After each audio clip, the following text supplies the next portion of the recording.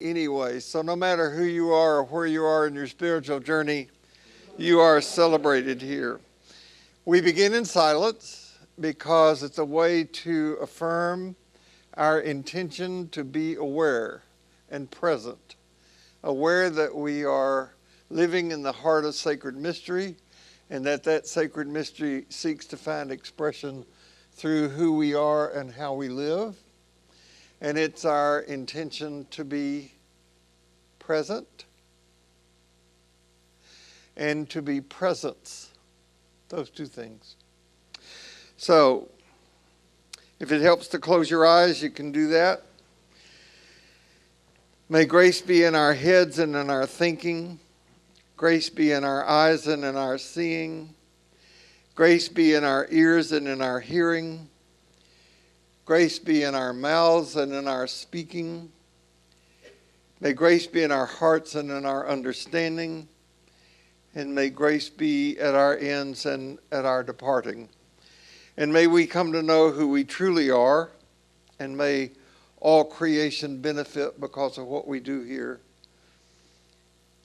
May we, because of what we do here, grow in patience, tolerance, kindness, and love. Amen. So we are attempting to understand, actually a better word is to embody the wayless way. The wayless way is a term that I got from Meister Eckhart, the mystic, and we're using what we know about the teachings of Jesus as a guide. Those of you who subscribe to the New Yorker may be aware that in the most current issue, there's an article by Elaine Pagels, esteemed Jewish scholar, about there's an article about her and her recent book, which is just simply titled Jesus. The article is. I think you would find it interesting, and I'll be probably quoting from that in the next week or two. So according to the narrative that we have of Jesus, he encountered and embraced all sorts of fellow humans, and he seemed to do that with love and compassion and acceptance, and he taught us that we should do the same, which, as you know, is a piece of cake. Which, as you know, is really, really, really, really difficult because we live in a culture, and right now, in the current political regime, it's one where othering is the order of the day. And so it's easy to fall into that trap. We can even other others who other. I'm guilty of that. So we need tools and techniques, and which is why I have invited Dr. Carol Archer to sit with me today. I regretted that I thought I put a copy of her book in my briefcase, but I didn't. I would hold it up to you. It's green cover. Yellow. Yellow cover? Yellow. It says Culture Bump on the front of it. Carol and I started sitting together last August, and the more that we have been together, the more I have loved and come to appreciate her. Actually, Carol's been a part of St. Paul's longer than I have. Mm-hmm. You just don't see her on Sunday morning because she's off doing her own mission work. She came here when Wayne Day was senior minister, and we came at the tail end of Wayne's ministry here at St. Paul's. So in 1978, Dr. Carol Archer came up with an idea, originated, copyrighted, and all that sort of stuff, a program called Culture Bump. And she has, since 1978, trained thousands of people in this process. Big organizations like AT&T, Exxon, Shell Oil, World Trade Association. And I'm troubled, as no doubt many of you are, about the divide in this country. And it's getting worse, in my opinion, and I think it's being made worse by our government leaders. So Jesus teaches us not to do that, and the healing of division starts with us. And so I want you to welcome and be open to Dr. Carol Archer today. Here she is. Welcome her. Thank you. And First of all, thank you for doing this. You're welcome. Thank you. And I want to get into the meat of this, but tell them a little bit, because I know a little bit about how you came up with this. You're living in foreign countries and blah, blah, blah, all that. So I was born and raised in West Texas. My parents were tenant farmers. And so we moved around, and so that's my background. That's where I come from. I didn't grow up with a whole lot of experience with other cultures, although I grew up around a lot of people. They called themselves Spanish, and we called ourselves Anglos. And the way I grew up in West Texas, which was out in the country, we all kind of lived together. And so I was around Spanish. I was around some differences. And it was, for the most part, a really positive experience for me. And my father, who was born in 1900, read a lot of National Geographic magazines. And he had this idea, and he taught me that we were all God's children. And I remember him reading to me. He had a Masonic Bible, which I have today. And in that Bible, I remember him reading to me about that we're all God's children. Black, white, Mohammedans, and that's what it says in his Bible. Mohammedans, Jews, Christians, that we're all. And so I grew up with that idea. And then I came to the University of Houston. And the first thing that I did after I graduated is I decided to give myself a trip to Argentina. I'd met a young woman in high school. She was an exchange student in that little small town I grew up. And she had, this is like 1971. And I was late getting out of college because I married and divorced on the way. But anyhow, I thought, well, I'm going to go to Argentina. And she said I could stay with her mother. And I could go down there, and I was going to get a job and pay for my plane ticket because I charged it. And I got down there, and I didn't find a job. But I stayed, and it was really, really hard. It wasn't like National Geographic magazine at all. I mean, it was hard. Looking back now, I not only went into a different culture with a different language, I went into a different socioeconomic class. Liliana's father was a senator. And her mother had a television show. She was a chef on television. So I was going through all of these differences, which today I call a culture bump, but at that time, I didn't have a word for it.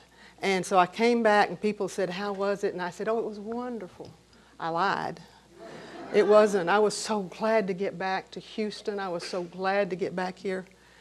And I forgot, a little bit later, I started teaching. I'm going to show you. Well, I'm going to show you. Maybe I'm not going to show you. Yeah, there it is. That's where I taught. That's the Roy Cullen building at the University of Houston. And so I started teaching there. I was teaching English as a second language. And I had the opportunity to go to North Africa, to Algeria, with the University of Houston to help develop an institute there. And so I went for a year to Algeria, and a Muslim country. This is in 1977, and that made Argentina look like a piece of cake. And this time when I came back, I didn't lie about it.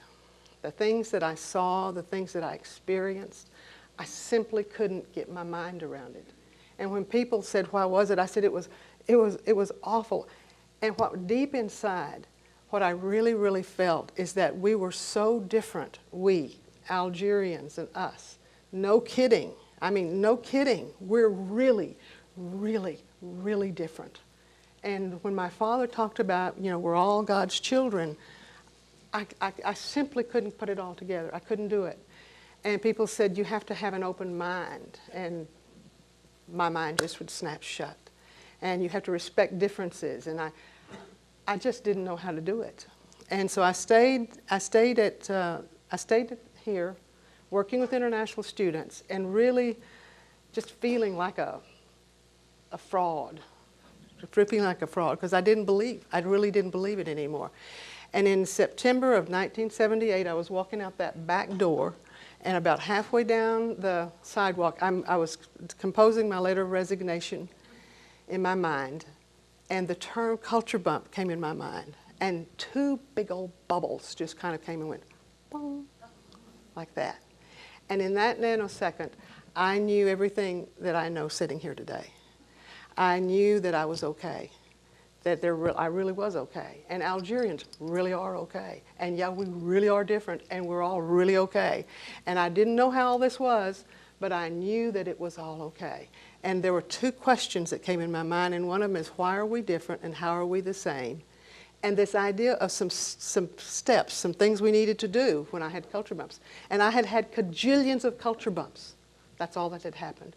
And what I understood is that I will never know who I am as a human being if I'm only with people who look like me and sound like me and think like me. And that those culture bumps are really how I began to understand me and other people as humans, really real humans. And for whatever reason, I kind of got the idea that that's what I'm supposed to do in my life, that that's why I'm here. At that time, I didn't think about God. I didn't use the word God. I used the word the river. This is the river, and I was in the river, and this is what my river was for my life. And that's what I still do. That's still here. And so that's why I'm really grateful that I get to be here today and to share this with you. And that's what I've done. So that's the story. So how do we proceed with this? Do you want to teach us about doing culture bumps, or do you want to delve into how screwed up I am first? Well, let's do a little bit on culture bumps, and then we'll go there. How's that? All right, okay. So that's the story. That's a class. That's the kind of those are the kinds of kids that I was teaching. You can see they're from Saudi Arabia, Colombia, Venezuela, United States. So this comes from out of all of this, and it's still emerging today. I mean, it's still being developed today. So this comes from a kind of worldwide. It's not American. It's not. I don't even know what it is, but as Bill pointed out, we've been able to use it in business and in education. That class that you saw way back then is now an online course at Auburn, because that's where we've been working about the last 10 years, is out of Auburn University. And so it's an online course in continuing education. So a culture bump is just anything that's different. From those early days, we've kind of enlarged it, and we've done work with blue-collar and white-collar workers. We've worked with men and women. Pete Gingas and I taught a class at the U of H on sociolinguistics on culture bumps between males and females. It was great, great fun. And blue-collar, white-collar, just all different kinds of differences. So it's anything that you wouldn't do. It's something somebody does, what they say, the way they say it, or it could be something. All right. These are two students from that class a long time ago. This is Josh. Josh is from the United States, and Mazen is from Syria. And I asked him, I said, listen, guys, I said, just give me an example. I want a real quick example of a culture bump, okay? And they went, oh, yeah, okay. And they looked at one another and went, sitting, yeah, yeah. And this is what they did. Let's see. I think you need to do this again. I hit that one again, okay. Just once. That's it. That's it, okay. I think Okay. we may need technical expertise. No. Okay, wait. It should work. One more time. There we go. All right. Yes, please.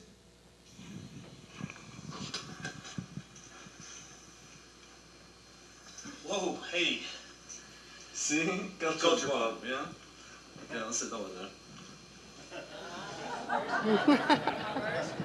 Yeah. Real simple. He said, that's all it was. That's all it is. What I didn't realize for a long time is that not only had they shown us a culture bump, they had also shown us what they did. Because remember, they'd been in the class. They knew what they were doing. And so they had a common language.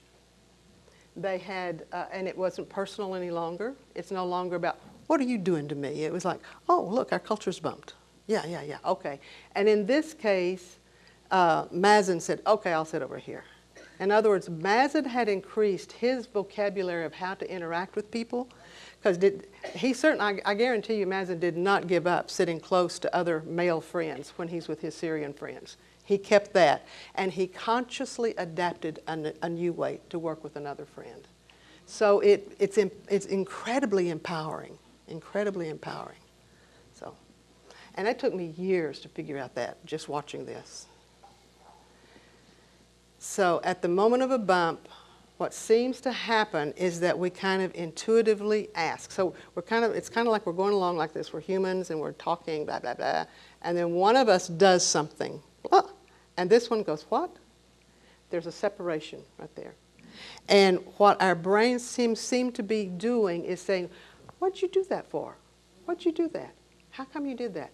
And if we kind of look deeper into that question, it's what we're really saying is, why don't you do what I do? Why are you different?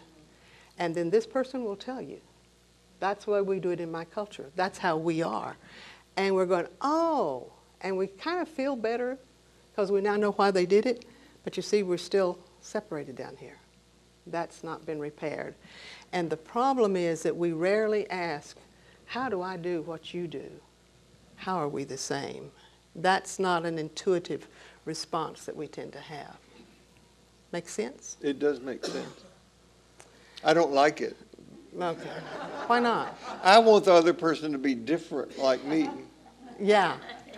How are you like me? Yeah. Mm-hmm. Mm-hmm. We're all the same. We all love our mothers. I just assume you love your mother the same way I love mine. Yeah. So, yeah. That's what we call that in culture, but we call that a knowledge dichotomy from that little break. And that we have You call it a what? Knowledge dichotomy. Yeah, I went back in my 50s to do a doctor's degree because I was doing all this stuff and I didn't know why. I didn't know why it was working. And so I went back in my 50s and I thought, I don't care why. I don't care what happens. I don't even care if it's not true. At this point, I just want to know. And I was really fortunate to be able to go through a program and have somebody who understood where I was coming from and gave me the foundation. It's a little teeny tiny piece of a much bigger part of human knowledge. Okay. But yeah, that's a knowledge dichotomy. We have when we separate two ways, rationally and emotionally. And that rational disconnection is what we normally take care of. That's what we learn about other cultures. Why do they do what they do? The kinds of things we need to do. Don't stand too close, don't touch, whatever. We learn about them. They tell us who they are, and we're kind of satisfied. But that emotional disconnection is the one that we don't normally take care of. That's left out. Okay. Okay. Is that better now? Better. Okay. Good. All right. And the way we do that is with steps, the culture bump steps. And these came along, they've evolved. They were, as I say, that moment, that nanosecond, that moment, they were there, but it's taken years of working with people to kind of put them in some kind of order. And they still may change. Don't worry about trying to read that, by the way, because we'll get to it a little bit better. You can't read it. But basically there are 8 steps, and the 3 things that happen when we have a culture bump, there are 8 steps that we can do. And they do 3 things. One of them is we detach from the incident. We need to be able to get back from it. And then actually look into that culture bump and understand something deeper, understand something, and then reconnect, reconcile with the other person. How do we do that? So I'm going to go ahead. Oh, I hope this works. Oh, it did. Oh, it didn't. Okay. Yes, Corbin and Josh, we need, what I'm trying to do, what I did is I clicked on that little staircase, and it's supposed to come up to a website called culturebump.com, and there's an actual tool so you guys can actually use this. See what I did?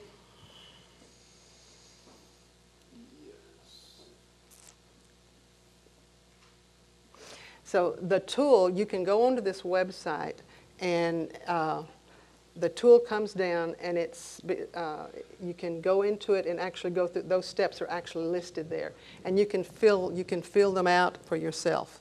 Is the website CultureBump? Culturebump.com. Yeah, culturebump.com. I understand you're not supposed to get on your phones in here, but I think probably today you might be able to. For 1 minute, look up culturebump.com and the 8. If they do that, then you won't have to do this. Yeah. Yeah, if you guys will look at somebody will look it up out there, and then I don't have to do this, and we don't have to worry with this. Because I have to go back and forth because it's so. Yeah. Okay, well, let's not do this. Okay, so has somebody got it on your phone? That's a Mac, isn't it? No. Yeah. Yeah. Oh, don't give me a hard time. Okay. Okay. You got it on your phone.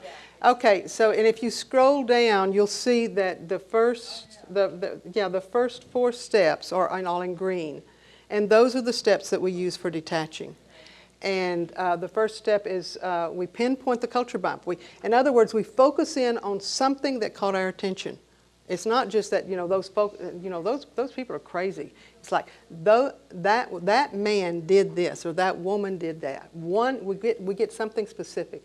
What they did. What they did. And the way we do that, we fill out that little form, and it says, I had a culture bump with, and it could be, I had a culture bump with Bill, and you can. There's a little drop down where you can say it's negative, positive, or neutral. Is it a good one, bad one, or do you care? If you don't care, it's neutral. But it's still a culture bump, and it's important to remember that because this can come back tomorrow. Today, it could be positive. Tomorrow I've got a little bit of a headache, and Bill does the same thing, and it's like, oh, it's negative. He just irritates, because it changes. And so we have to, this is about me being conscious of my reaction to people all the time. Okay? So understanding, and so that's the first one. The second one is what did the person do? And it's not a story. You just put in exactly that person. Do you have an example? Can you have? I do. All right. I got a bunch. Got a bunch. Okay, let's try one. Okay, so let's I got try. a bunch because I can be very judgmental. Okay. Well, that's the other thing in culture bump. We assume we're judgmental. We walk around judgmentally all the time. Okay, I'll give you one. Okay. I'm going into Central Market, and this. Okay. This is hard. This young man grabs a cart off of the parking lot, which is already culture bump for me because people should put their carts back in the cart lot. But let's pass that one. Yeah. He sees. Stay in one. Yeah. He sees a piece of paper or something that the previous cart user had left in their cart. He grabs it and throws it on the ground.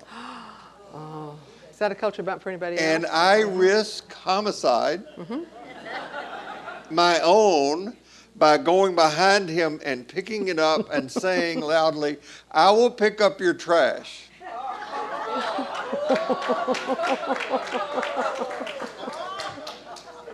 Uh-huh. And I got angry at him for doing that because people shouldn't trash. Okay. Okay, that's my culture That's a bump. great culture bump. So the first step is I had a culture bump. I had a negative culture bump with a guy in the parking lot at Central Market, and I thought it was, you can say anything you want to. I thought it was sad, disgusting. Sad and disgusting, all right.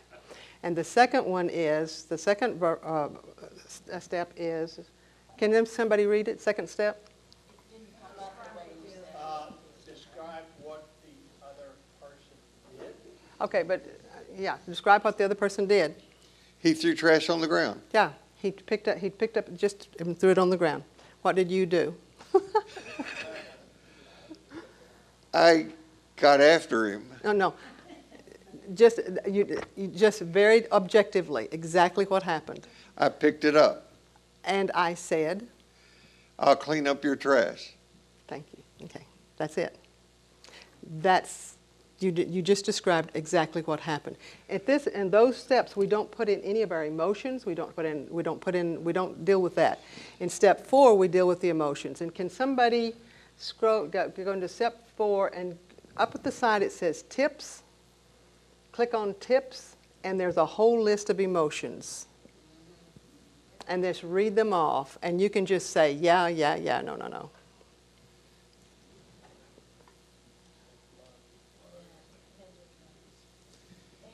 Anger, disgust, murderous rage. Is that on there? No, but you can put it in. Yeah. Okay, that's enough. Yeah. So you put in all the emotions. And usually what I find for myself is when I actually kind of sit with that for a moment, I'll find some emotion under there that's kind of tender, that's kind of maybe down toward the bottom. And but it allows me, this is really how I felt. And a lot of times I feel superior or inferior. That's an emotion. Any emotion, all the emotions, but I write down all of my emotions. And that takes us up through those first 4 steps. And that's how we begin to detach. We tell exactly what happened, and we tell exactly what we did, not, telling. Because we love to tell stories. And this is taking the story part out. And then acknowledging and really acknowledging my own emotions about that incident. Really honoring them.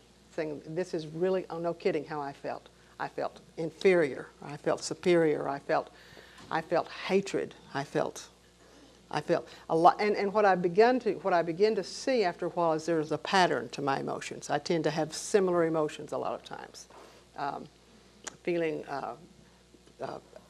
outside, feeling betrayed, those kinds of things will show up. Is that making sense, everybody? Okay. So the next steps, who can read step 5? Okay. Find the universal situation in the incident when it happened. Okay, so find a universal situation. I don't know what that means. Okay, it's just something that, so what is the situation that young man was responding to? What was he responding to? A dirty cart. A dirty cart. So he was responding to something that was dirty. For him. For him, yeah. Something that was dirty for him. So is that something that we all kind of respond to in public? Yeah, it was in public, right? Mm-hmm. Yeah. So responding to something that's dirty in public.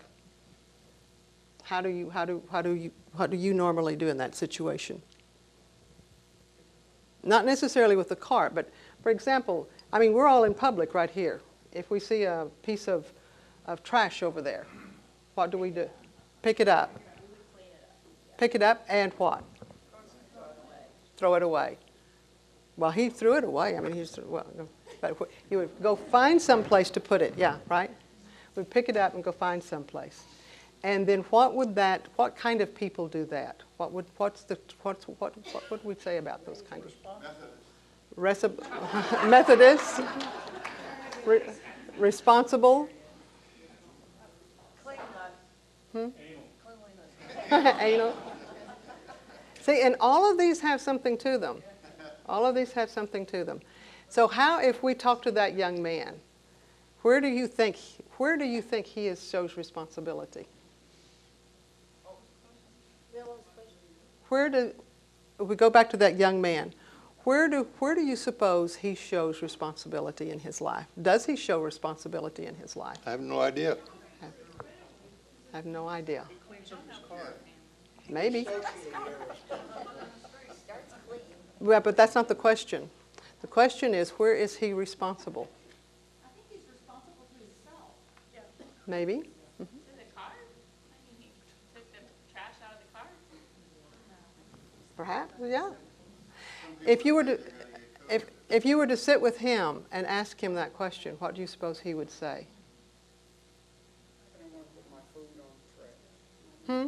I don't want to put my food on trash. Yeah. That's how I see when somebody something isn't for. I don't want to use it for my food. Mm-hmm. Mm-hmm. But you're saying, how does he? What would he say? If we were to sit with him and ask him, How do you show responsibility? Do you consider yourself to be a responsible individual? What do you suppose he would say? That I think he would say that he is, Okay. because most of us would. hmm He might say, I go to work every day. Exactly. Every day. Yeah. So how he sees so what we're actually doing is asking him how he's like we are, how we see ourselves. How do you see yourself as being responsible? And that begins to open up a different kind of conversation. All we've done is go through this and look at ourselves and what we think about ourselves and then ask the other person. We don't intuitively do this as human beings. Can we do another real quick? Sure. Okay. So we had Nadia Bose-Weber here last week. Mm-hmm. And some people had issues with her because she's so tattooed. Mm-hmm. Okay? And so let's use that. Okay. All right. I'm going to pretend, although it's really not pretending. I don't have tattoos. Right. I missed out on that in my generation. Yeah. And I have friends who are quite tattooed. Mm-hmm. And I still, sorry for those tattooed people here, I just don't get it. Yep. Mm-hmm. I don't get it. It's a culture bump. That's all it is. It's a culture bump. It's not something I would do. It's not something probably that you would do. Yeah. It's a culture bump. Right. So when we see Nadia, when we see Nadia's tattoos, Mm-hmm. that's it. You know, Oh, no, that's not it. Oh, well, no. But then the first part.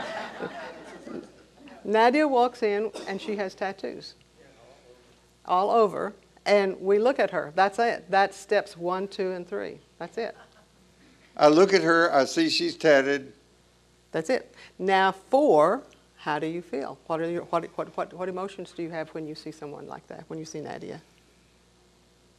And you just think in your head. When you saw Nadia, what did you? What are the specific emotions? What would you feel? Disgusted. Okay, disgusted. Were you surprised? I'll stick a positive in. I feel curious. I love tattoos. Okay, feel curious. Feel disgusted. Feel Pity. pity. Joy. Wary. What was it? Jealous. Jealous. Mm-hmm.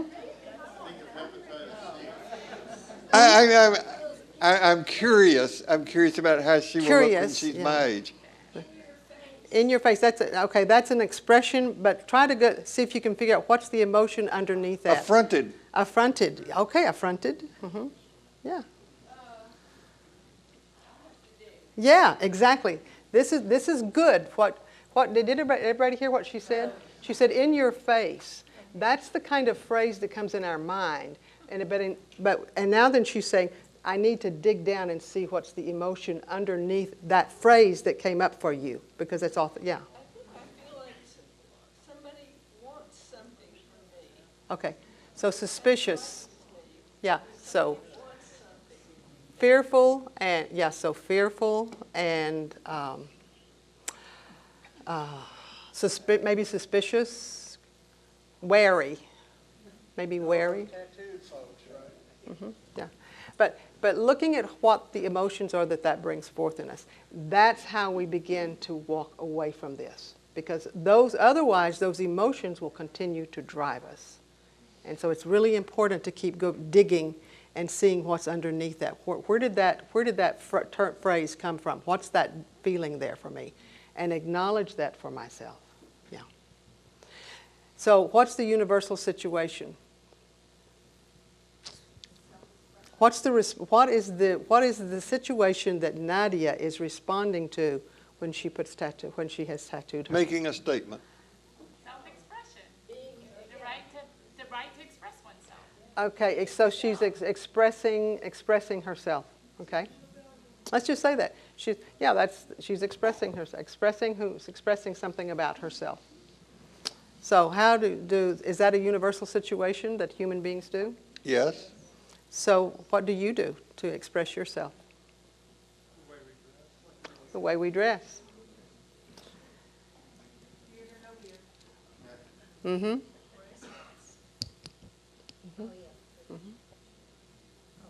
Yeah. How we dress, how we move, how we talk. We all do this. We all do these things.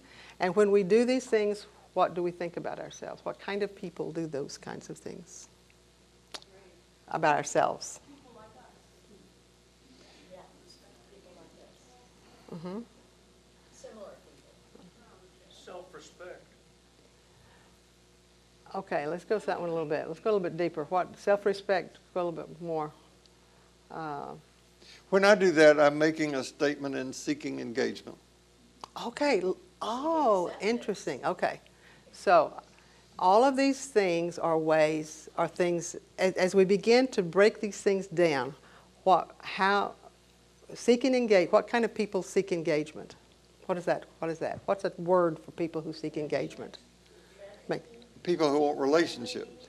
Friendly, relational, extroverted, gregarious. Mm-hmm. Like-minded. Well, no, friendly. Mm-hmm.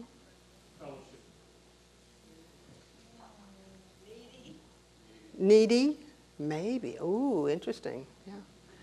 So if we talk with Nadia about this and ask her, how do you, is this how you think, how do you, ask her, what is that situation that she's responding to, and what does it mean to her?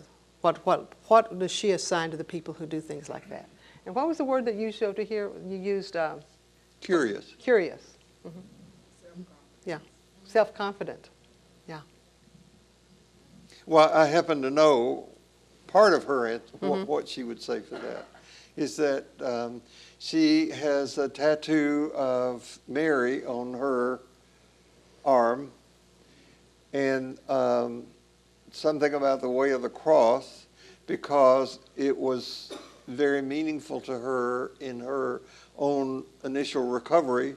Mary is a very important figure to her, and it gives her an opportunity to stay self-focused on that, to be aware of that, and when people ask about it, she's got a conversation starter.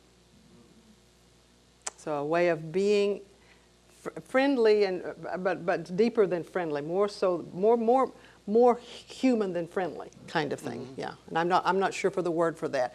But do you see what we have to? We're grappling at a level that we don't normally grapple at with these kinds of issues. We have some really quick answers for people who are tattooed, or I do, and so. What this is doing, all this is doing is taking us deeper in grappling with these things, rather than the easy answers that we find in our own brains and that keep showing up on social media and get, that kind of stuff. So, Okay. all right. You want to do another one? Yeah. Let's do the one that you videoed. Okay. Can we do that? Yes. Do We need have technical help? Good. Why am I there?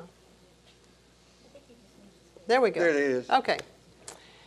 We talked about this. We did. Yeah. A hijab. And you said you had a culture bump with a hijab. Women wearing hijabs. I imagine many people do. Yeah. So I don't see any hijabs in the room.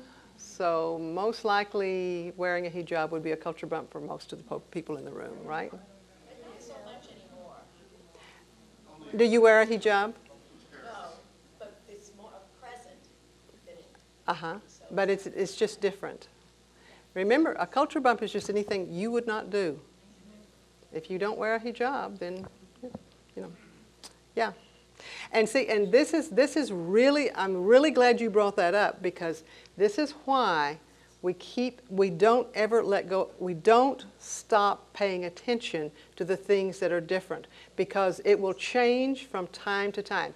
We've become accustomed to seeing women, particularly like in large areas like where we live, women who are wearing hijabs.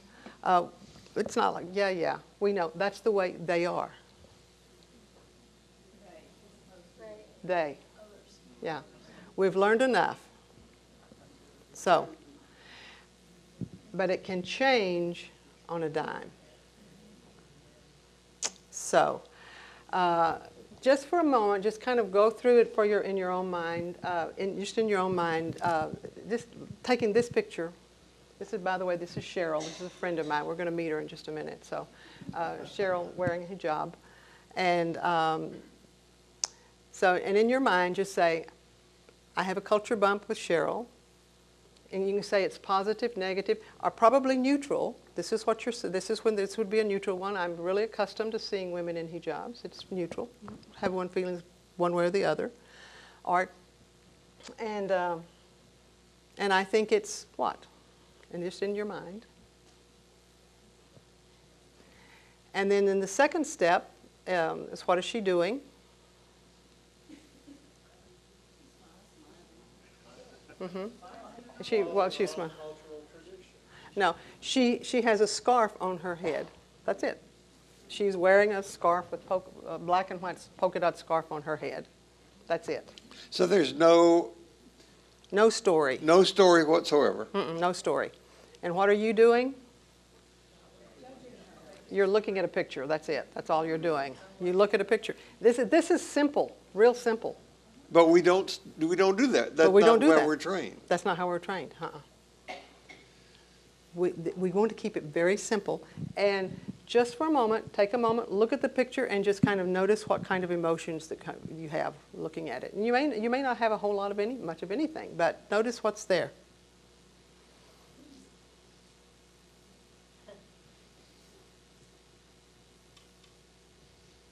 All right? Okay, now we're going to actually go meet Cheryl now, because hopefully.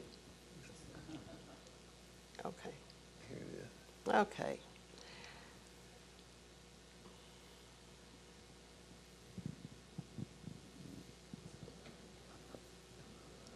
Can I hit this one? I don't know. Well, oh, no, wait a minute. No, that did something wrong. Give it some time.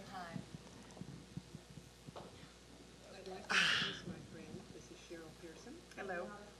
And Cheryl, thank you for doing this for us. Absolutely.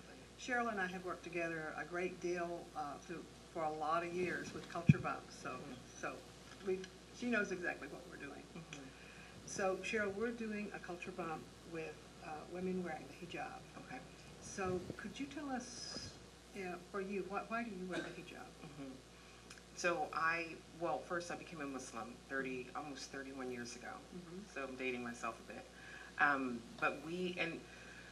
It's an interesting question, because depending on Muslim women, mm-hmm. depending on where she might be from or her background, you may get varying answers on this. But according to what's in our holy books, that a woman, when she leaves her home, she is to cover herself, mm-hmm. and the hijab cover herself in terms of modesty and privacy. Mm-hmm. We don't wear hijab in the house or like anywhere around like our personal vicinity, mm-hmm. but when we leave the house, we do cover. But it's important to understand, I think, not every Muslim woman chooses to cover, mm-hmm. because it really is a choice. Yeah.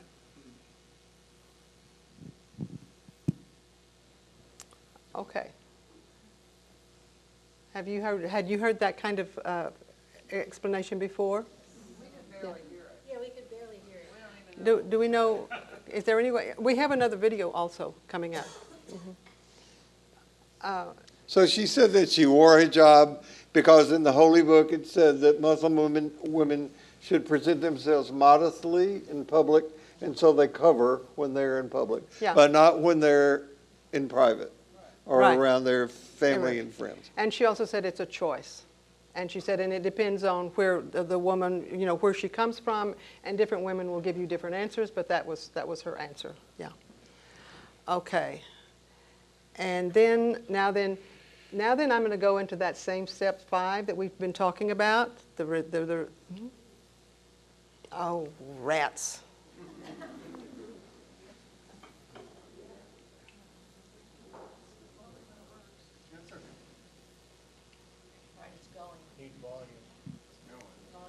And as you know, this is always kind of dicey to try to find. Yes. So what's What is the universal situation that you're responding to when you put on that hijab? I would say that what I put on to leave the house, what and I take, like, not great pains, but I do try to put myself together in such a way that my scarf matches my coat, and you know, like tying it a certain way, pinning it a certain way. But it really is about my my attire, my gear. I consider this not a uniform per se, but it's what I put on so that when I leave the house, I feel comfortable. Yeah. Okay. So, so the quality that you assign to somebody who puts herself together the way you do, she's what kind of a woman? What quality would you put to that? I think maybe just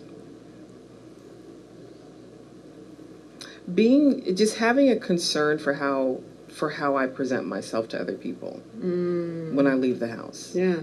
Now at home, it's no holds barred, you know, pajamas or loungewear.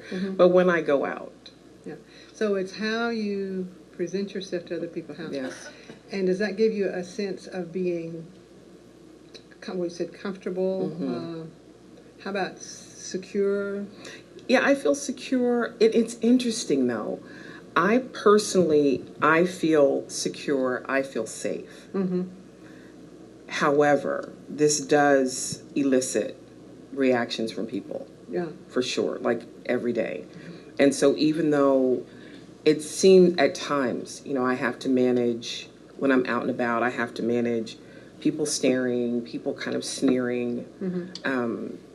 I've had some things to manage. But even with all of that, I still feel comfortable within my own skin. Okay. Comfortable within your own skin. There it is. That's it. How do you present yourself when you walk out of your house to feel comfortable in your own skin? Yes. That is a universal quality with a universal situation. Awesome. We got to it. Awesome. Thank you. Well done. Well done. Beautiful. Okay. Thank you, Corbin.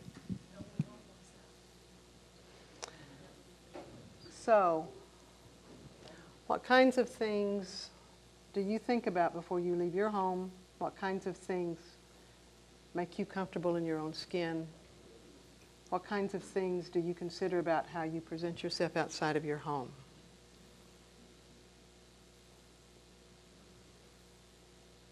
Are you asking me? Yeah.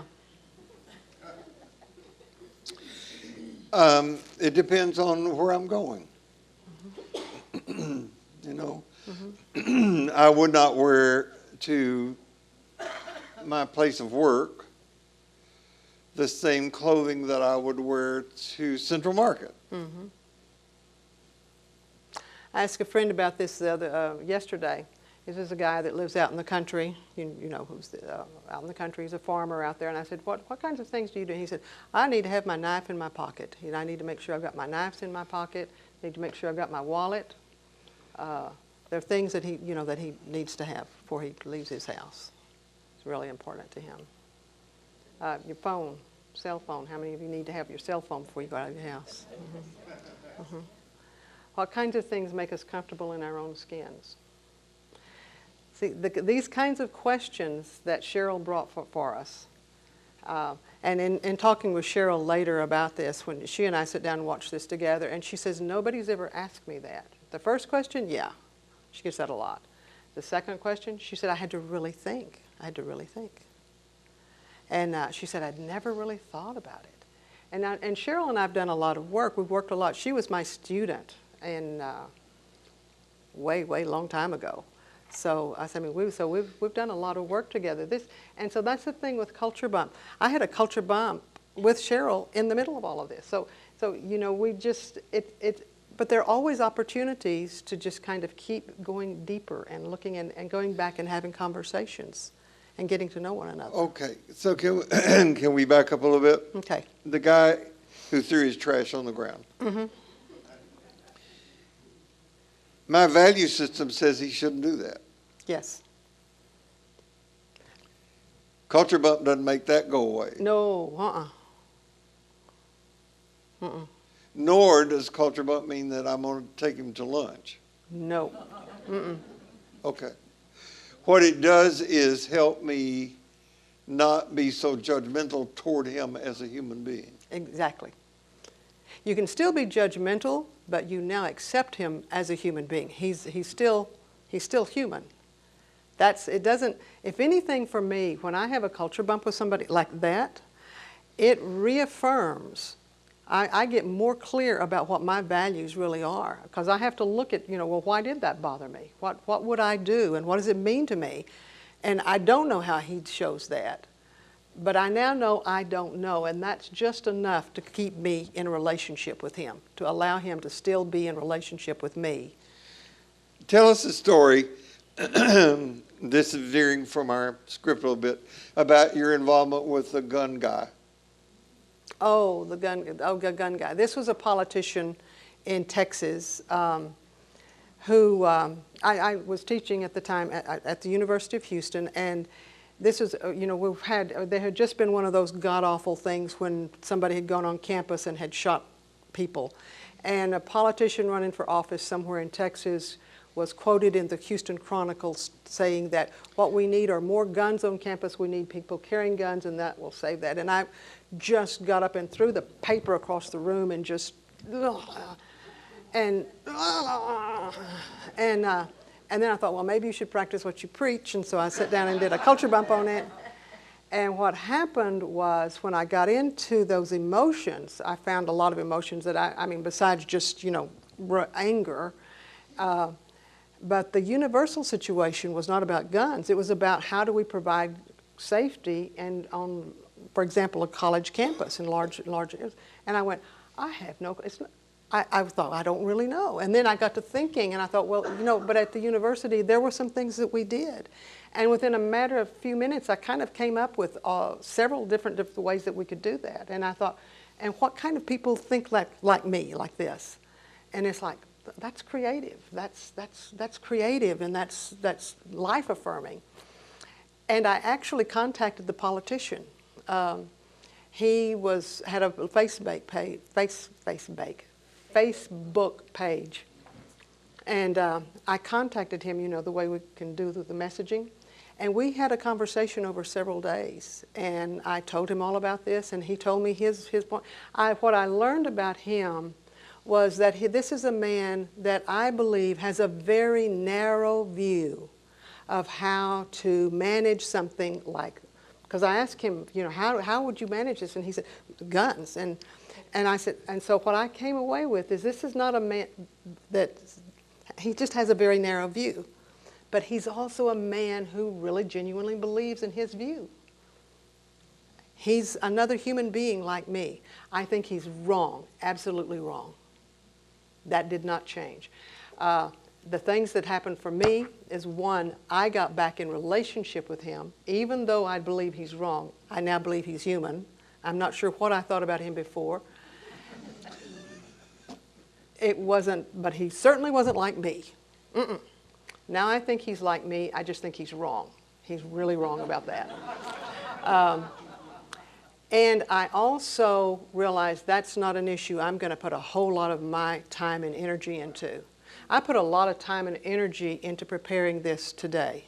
This is something I really believe in. I wanted to be with you, and you and I have spent some time together with this. This is something I put my time, my energy into this. This is what I believe in. I do not believe in gun reform. That's not my issue. However, I did send money to the guy that's running against him. I will do that. That's, But my life essence, I'm not going to spend on that energy. And by doing the culture bump, I was able to extract myself from that and put my energy where I want it to go. Yeah. Amen. So that's, We got more material than well, I we think got time we got, for, but that's good. Okay. The last one is okay. the last, well, I can't get to it, but it is basically what will you walk away with today, this morning from here? I'm curious, what will you walk away with this morning, from this morning? That it's work. It's work, yeah. It's work. It is. It's a process. It's a process, yes. And that you were able to come to terms with the man with the gun, think he's wrong, let him be wrong, and put your energy into something that's more productive to you. Yeah. And not giving you more time in your brain. Mm-hmm. Trust your reactions. Awareness. Mm-hmm. I like the word grapple. You know, you got a culture bump, and now you've got to grapple with Yeah. the feelings inside of you. Mm-hmm. Pause. Yeah. Of what? Pause. Pause. Take that immediate reaction and stop. Mm-hmm. Stop. Concept helps you pause because when this first started, the first thing that came into my mind was culture clash. And I think this perspective is better than clash. Mm-hmm. Bump. They can be good. You can have good bumps, lots of good bumps. So, Carol, do you think that you and the gun activist could have lunch together? I'm not sure I'd want to have lunch, but I would I would shake his hand. I would walk across the street and shake his hand and remind him who I was. I don't know if he'd remember me, but yeah. Yeah. Would you call him names? Nah. Probably not. Yeah, not to his face. So the lesson for me in this, what I would hope that people walk away with, and what you and I have talked a lot more than just this about this, is that it gives us tools to see people as people, and not be. It gives me a tool to, if I choose to do so, to work around my immediate judgment of, oh my God, why did she do that? Why did he do that? He's a jerk. He's a whatever. That's a person who's trying to live his or her life to the best that they can, given the level of awareness and information that they have at the moment. Yeah. We're all in the same book. We may not be on the same page, but we're all in the same book. We're in the book.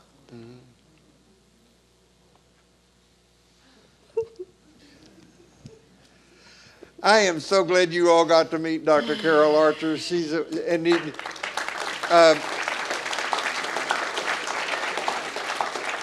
as I say, she's doing mission work on Sunday mornings, which is why you don't see her here. But she's a part of St. Paul's. And if you want to come up and chat with her afterwards, her book is simply called Culture Bump. It's the only book I've mentioned today. It's available on, those of you. Brazos Bookstore. You can get it, or Blue Willow Bookstore. Or bookshop, something like that. So, no matter where you go this week, no matter what happens, remember this, you carry precious cargo, so watch your step. See you next week.